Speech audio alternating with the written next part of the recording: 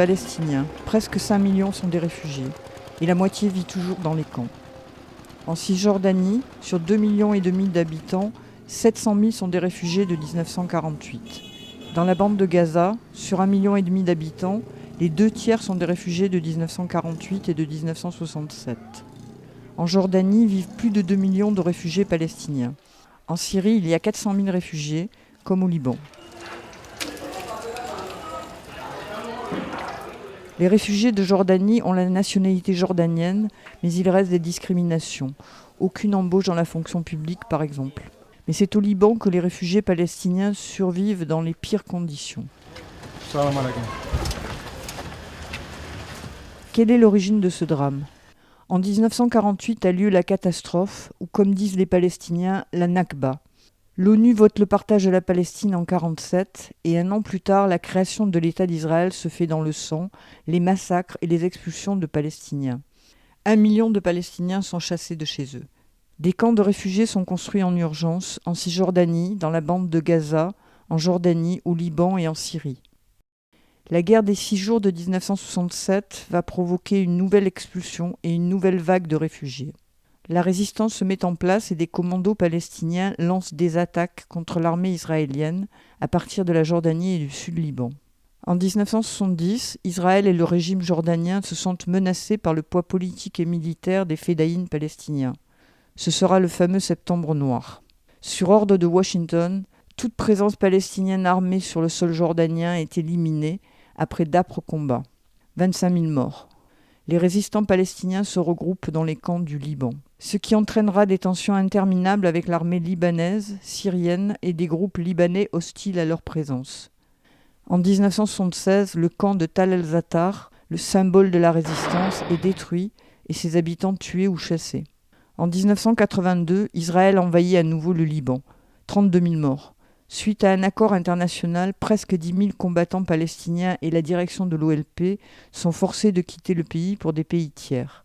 Et peu de temps après, en septembre 1982, c'est le massacre de Sabra et Shatila. Le matin du 16 septembre 1982, je me suis réveillée avec les nouvelles de l'horreur qui parvenaient des camps Sabra et Shatila. Les phalangistes et l'armée israélienne, me dit-on, sont en train de massacrer par centaines, voire milliers, à tour et à travers, sur tout ce qui bouge. Des vieillards, femmes, enfants. Tout le fil du temps du calvaire de ce peuple palestinien s'est déroulé devant mes yeux. De la Nakba, du massacre de Deir Yassin, de Septembre Noir, de Tal Zatar. J'étais à ce moment-là enceinte à 6 mois 3 semaines, malade et incapable de gérer tout ceci. J'ai fini par m'effondrer, transporté à l'hôpital. Mon enfant qui est né à 1 kg 100 grammes.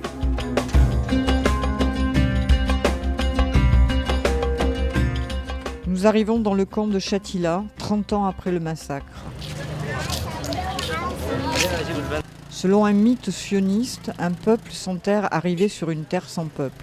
Mais il y avait bel et bien des Palestiniens en 1948, et ils ne sont pas partis de leur plein gré. بسنة 48 اجى حياة المرحوم عبد القادر الحسيني على سوريا، طلب أسلحة وطلب مجاهدين. هون كان مين شكل قوتي رئيس جمهورية، لباه بأسلحة وطلعوا على القرى وعلى الضياع ينادوا بالجوامع على الجهاد يا اخوان، على الجهاد مع اخوانكم الفلسطينيين يا اخوان يا اخوان. والله انا كنت انا والشباب اصحابي ماشيين، شفت بيجوا 20 كميون بوسطات وكميونات محملين بها العالم. لوين يا شباب؟ قال رايحين على الجهاد على فلسطين. زقيت حالي وطلعت. القياده كانت تبعنا وين؟ بالقدس احد المسجد الاقصى. البنايه اللي نحن فيها الشبابيكه بتشرف على ساحه المسجد وعلى المسجد. وتركزنا هونيك وصرنا نقاوم. بقى ردوا اخذونا من رام الله من بعد القدس، اخذونا على نابلس. ما قاومنا بنابلس. رحنا على أريحة، قاومنا بأريحة. ولا بال 48 كان في مقاومة فلسطينية يعني أغلب البلاد. وقاومنا بس هذلاك معهم دبابات وطيارات وكذا، وعملوا الجريمة داريسين. طلعت الأمر احنا من اللي طلعوا اشفى عمر وبنشفى عمر على لبنان. طلعتنا مثل فيلم السينما، طلعنا احنا كنا صغار يعملوا مجازر، طلعنا على ترشيحة، طلعنا من ترشيحة طلع الطيران، قالوا سد على المطور، وبشوي طلع الطيران زت مناشير خليكن يا عرب واحنا بدنا نتعايش معكم. فيش ساعتين طلع الطيران قصف، راحت خلتها اخت امها في جامع بترشيحة، اكثر من 40 واحد راحوا كم واحد، وهذا بحكي لك انا شفتهم مش سمعت. هربنا صرنا بتعرف نيجي مشي، جينا مشي. برضو اليهود نزلوا بكتف الوادي، كل ما لاقوا كم شاب بيقتلوهم، فدب الرعب بالعالم. فاحنا بالاكثريه ضحيه الدول العربيه وبما فيهن امريكا اللي بتنادي بالحريه. واحنا اذا بدك للحقيقه اللي بيعرف قضيتنا وكيف راحت هي بريطانيا. احنا انتداب بريطاني، وعد بالفور وهذا كله بريطانيا. احنا مع اليهود ما عندنا مشكله الا الصهيونيه العالميه، احنا من عندنا اصحاب كتاب. دائما اليهود اللي متأقلمين مع الفلسطينيين كانوا يعني متجانسين مع الفلسطينيين. اما لما اجوا هذول من برا، هذول اللي كانوا بفلسطين وبعدين بكرهوا ينهضلاك على المسبحه، لانه هن اخذوا الحكم. هن اخذوا الحكم، اللي جاي من اوروبا، اللي جاي من فرنسا، اللي جاي من المانيا، اللي جاي من روسيا. ما خلينا منطقة ما قاومنا فيها. وقت اللي اجى هون الدول العربية الله يصلحها طلبوا انسحابنا، قال بده يستلم مكاننا الجيش الأردني. لا استلم ولا شيء، طلبوا انسحابنا من فلسطين. الملك عبد الله تبع الأردن قال لنا أنا ببعت جيش من عندي مكانكم. انسحبنا نحن، لا بعت جيش ولا بعت مقاومة ولا بعت حدا، صارت على العالم تنزح وتجي على بلادها. هذا الأسباب وجينا على بلادنا. وأنا لحد الآن صار عمري 82 سنة، إذا بيقولوا لي على الجهاد لو بدي أزحف على ركب إجرائي بدي رد روح، لو بدي موت هونيك خليه يستشهد هونيك بأرض الشرفاء.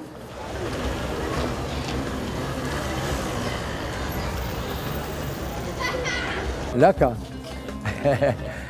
لك زوجتي فلسطينية، تزوجنا القضية معها. En 1949, les Nations Unies établissent l'UNRWA, l'Agence des Nations Unies pour le secours aux réfugiés palestiniens au Proche-Orient. Tous les réfugiés du monde sont sous la tutelle du Haut Commissariat aux réfugiés, sauf les Palestiniens. L'UNRWA offre des services élémentaires comme de la nourriture, l'éducation et des soins de santé de base. À l'époque, les gens vivaient encore sous des tentes. ولدت في مخيم برج براجني، في خيم كانوا بالمخيم، بعدين فيما بعد أصبح بيوت تنك. جاءت حرب المخيمات، كان في بعد بيوت تنك وقتلوا سكان هاي البيوت على يعني تحت هاي الزنك وتحت هذا التنك. إلا أنه بعد حرب المخيمات بدأ كل المخيم يجب أن يكون سقف وبطون مسلح خوفا من أي قذيفة أو أي اعتداء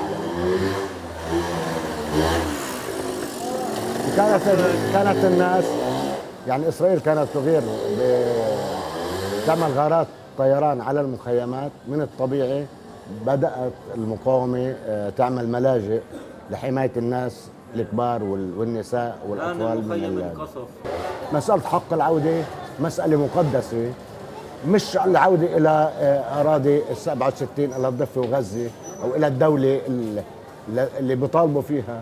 العودة إلى قرانا، إلى مدننا، إلى عكا وحيفا ويافا والناصرة وكل هاي المدن، للجليل، للنقب، كل هاي على كل أرض فلسطين.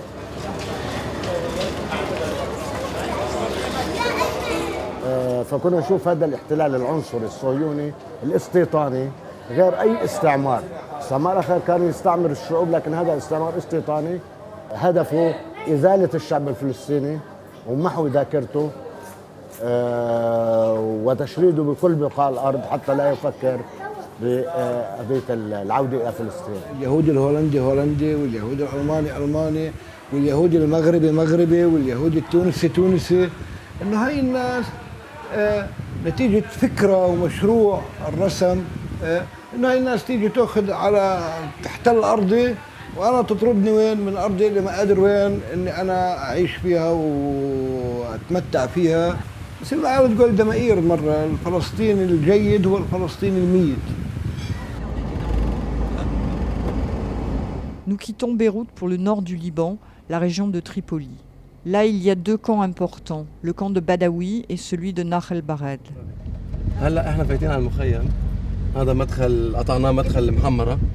Nous entrons dans le camp avec la caméra. C'est le premier jour depuis 2007 que l'armée n'exige pas une permission pour laisser les journalistes entrer. Nakh el-Bared était le centre économique pour toute la région autour de Tripoli. En 2007, le camp a été totalement détruit par l'armée libanaise, officiellement pour éliminer un groupe salafiste réputé dangereux. Paradoxalement, il est de notoriété publique que c'est Saad Hariri, l'ancien Premier ministre, et Baya Hariri, sa tante, qui ont financé et introduit le groupe Fatah al-Islam dans le camp.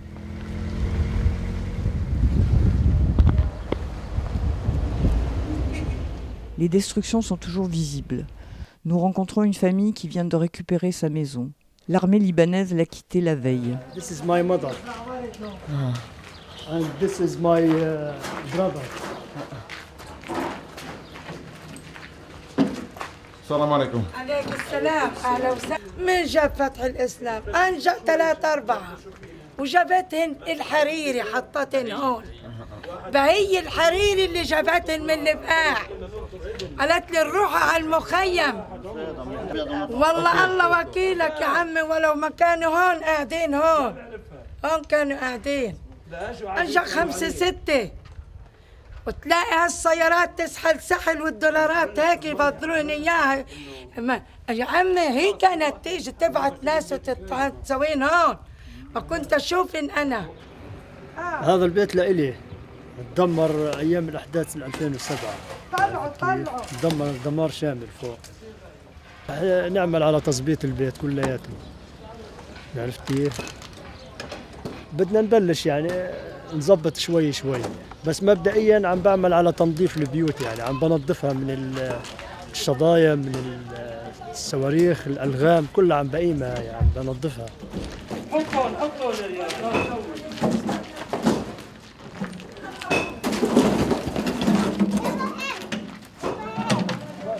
أمي خلفتني بين الزيتون وطلعنا كنا بشادر طير الشادر ويرتركض أمي تسوي لنا اياته. احنا بنحب ارضنا بنحب وطننا. احنا ما ربع القتل بالعكس احنا ما ربع قتل احنا ربع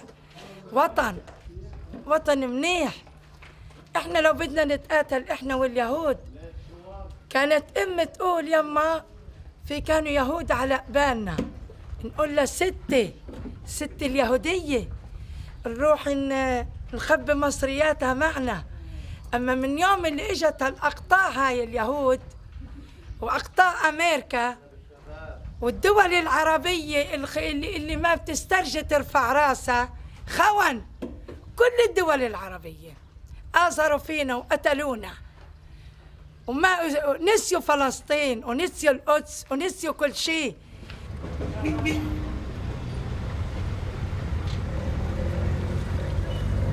65 ans de refuge des Palestiniens au Liban et il n'y a pas une situation légale accréditée par le gouvernement libanais, par les gouvernements successifs. Et jusqu'à maintenant, le Liban ne peut pas comment définir, est-ce que nous sommes des réfugiés selon la Convention de 51 ou bien nous sommes des étrangers et donc la base de réciprocité, d'égalité de loi et de droit doit être appliquée.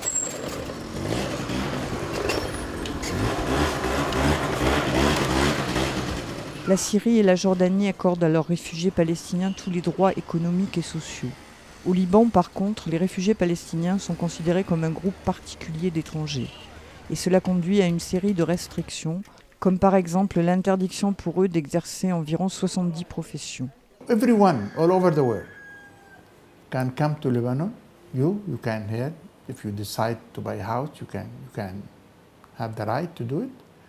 If an Israeli who bombed Lebanon maybe, and who participated in many invasions against Lebanon, he can come to Lebanon with French passport, with USA passport, with Danish passport, whatever, and can buy a house.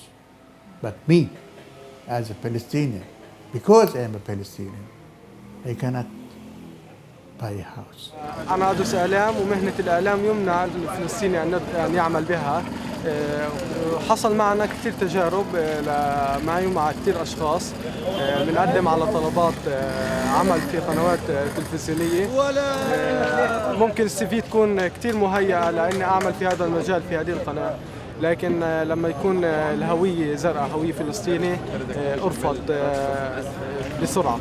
أنت فلسطيني لا يحق لك أن تعمل هنا. الشعب الفلسطيني في لبنان خصوصا الشباب هو شعب يعني شاب، أكثر من 60% نسبة الشباب، ونسبة العلم نسبة عالية جدا، ومع هيك نسبة البطالة عالية جدا في المخيمات الفلسطينية.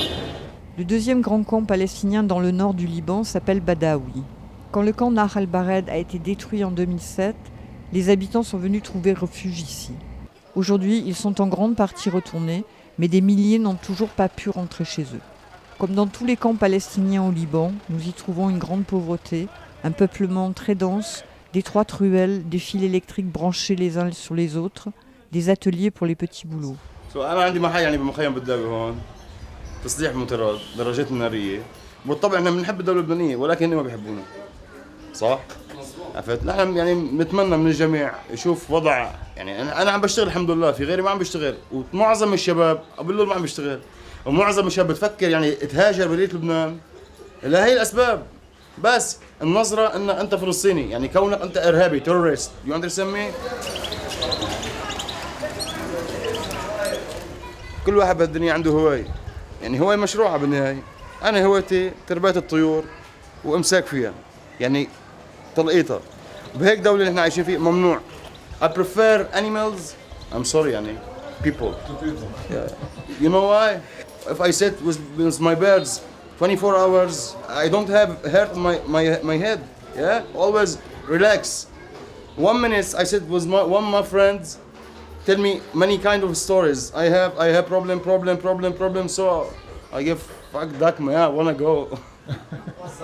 نحن هون كلياتنا عمال انه بنشتغل، انا دهان، شباب بيشتغل بالجابسين، هذا بيشتغل معمارجي، بس هون ما عندنا فرص نحن شغل كثير بسبب انه ما لنا كثير حقوق هون بالبلد، لاننا فلسطينيه طبعا حقوقنا كثير مهدوره هون. نحن يعني احنا احسن من غيرنا، احنا انه ما متعلمين بس انه عم نقدر نشتغل، غيرنا متعلم كثير، يعني في كثير شباب بيجوا بيقعدوا هون بالقهوه فهن كثير متعلمين يعني وما عن شهادات، بيروحوا يتوظفوا بس يشوف هويته زرقاء بقول له لا خلص ما عاد بدنا اياك، انه والله وقفت على المصاري. يعني احنا هون مشاكلنا كل المخيمات مشكله واحده، انه ما فيك تتصرف بشيء، لو معك مصاري ما فيك تتملك، ما عندنا فرص للحياه هون كثير، والمتعلم ما في يعمل شيء، بده يشتغل نفس الشغيل. مثلا انا هلا بشتغل شغيل، فيهم شباب متعلمين بس ما هون، لو انه بيشتغلوا بالعمار وعادي مهن حره. شكرا. ويلكم. تشربوا قهوه؟ كافي ولا كافي؟ جينا على نهر البر، اشتغلنا، بس صارت الاحداث جينا على مخيم البرداوي، فتحنا مصلحه هون لانه تحت ما في هذاك الشغل، لانه في حصار على المخيم، فتحت عم بشتغل هون. بيروت ما فيك تشتغل كونك فلسطيني، ما فيك تشتغل، بطرابلس ما فيك تشتغل، هون بالمخيم فيك تشتغل. بتمنى ارجع فلسطين على بيت جدي وكذا، تنتهي الازمه ان شاء الله. قل له في مثل بقول امي مش ملكة جمال العالم بس بحبها، فلسطين ارض سيدي وجدي بحبها. Nous quittons le nord du Liban pour deux camps importants dans le sud. Ain al-Hilweh à Saïda et Rachidia à Sour. Contrairement aux camps de Beyrouth et du nord, les camps du sud sont sévèrement gardés par l'armée libanaise. Il faut un permis spécial pour passer le checkpoint et y accéder. And they said this military checkpoints will not be permanent. It's just for a short time. And since then, this checkpoint is still at the entrance of the camps. And day after day, they increase it. So it became permanent. Après l'énième coupure d'électricité de la journée, Souheil Natour continue dans la pénombre. Ce qui continue jusqu'à maintenant, c'est l'encerclement des camps. Si on passe au camp de Ain el-Helwi, le plus grand des camps, et c'est complètement encerclé, incroyable. Donc, il incite à la rancune. Il empêche le mouvement libre des gens. Il paralyse l'économie parce que au camp de Ain el-Helwi, par exemple, Céda, la cité libanaise, est toujours venue chez les pauvres dans le plus grand marché pour prendre les choses à moins payer que dans Céda. Maintenant, c'est empêché à cause d'harcèlement de l'armée sur les checkpoints. Donc, l'économie étoffe. Et en tant que les Palestiniens n'ont pas le droit de travailler dans l'économie libanaise, vous pouvez imaginer qu'il y a beaucoup de jeunes qui essaient de quitter le pays à l'extérieur et ou bien qui essaient de travailler avec des Libanais, mais dans le marché noir. الله حافظ بألف حافظ بألف لا جاتاتي بألف لا تصحوني بألف.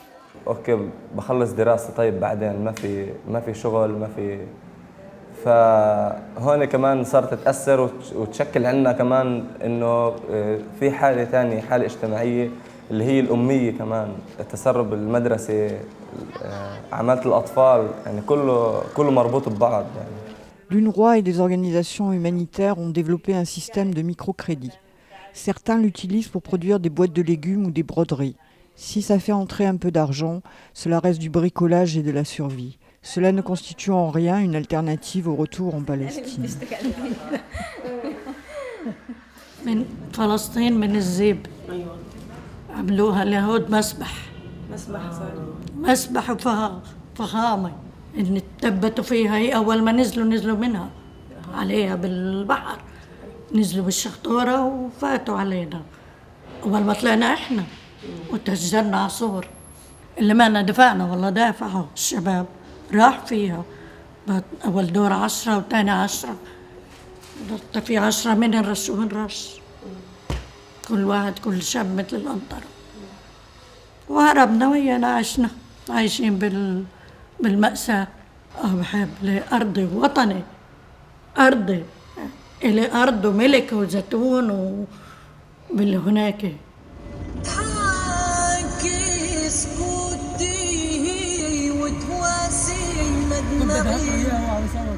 Encore plus au sud, on trouve le camp de Rachidia. C'est aussi le camp le plus proche de la frontière de la Palestine historique.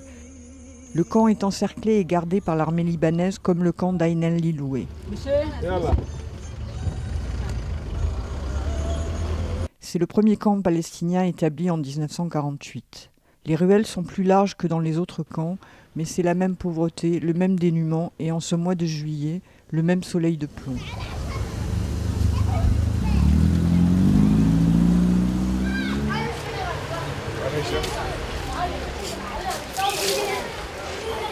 Pourtant, après plus d'un demi-siècle d'occupation, de colonisation et de dépossession, la résistance palestinienne n'est toujours pas brisée. أنا بسنة 1982 إسرائيل اجتاحت لبنان وبلشت قصف على البيوت. فأنا صابت هي إصابة هون بإجري أنا بسنة 1982 وإحنا ساكنين بمخيم الرشيدية واحنا مش ناسيين فلسطين وراح نرد الطار وراح ناخذ بلدنا ان شاء الله باذن رب العالمين وطوره حتى النصر وان شاء الله. انا بلدنا ام الفرج عكا هون بتبعد عن الرشيديه 35 كيلو متر بس فقط. نحن وراء الارض بعدها موجوده عنا. مفتاح الدار فلسطين بعدها موجوده عنا.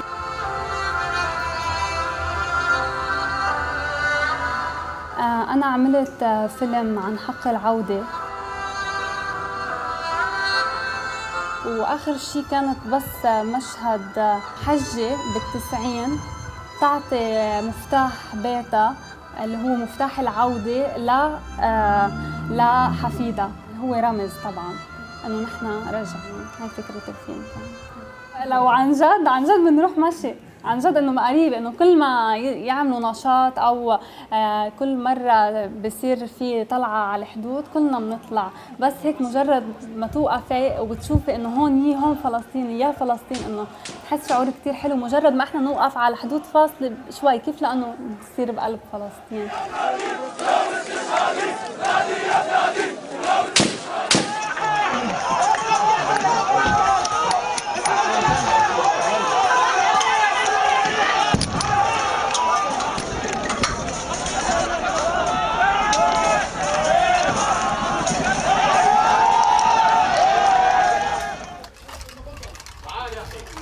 السلام عليكم. وانا اولادي ان شاء الله نروح على فلسطين. اذا ما رحت انا بروح اولادي باذن الله، يعني ناويين نروح على فلسطين اتجاه هذا الشهيد. هذا احلى شهيد، احلى شهيد عندي هذا. يا ريتني استشهد زيه، يا ريت الاربعه زيه. هذا قدم حاله لاتجاه فلسطين، واحنا اسا مستعدين. انا اقدم اتجاه فلسطين. كل واحد بدافع عن حاله، انا بدافع عن حالي، انا اسا بحمل الكلاشين وبدافع عن حالي. والله ما فيهاش اشي، يعني كل الواحد عشان مصلحته، عشان وطنه. اذا ما حاربنا احنا وقدمنا شهداء ما نرجع على فلسطين. فلسطينيه، احنا على راس السطح فلسطينيه.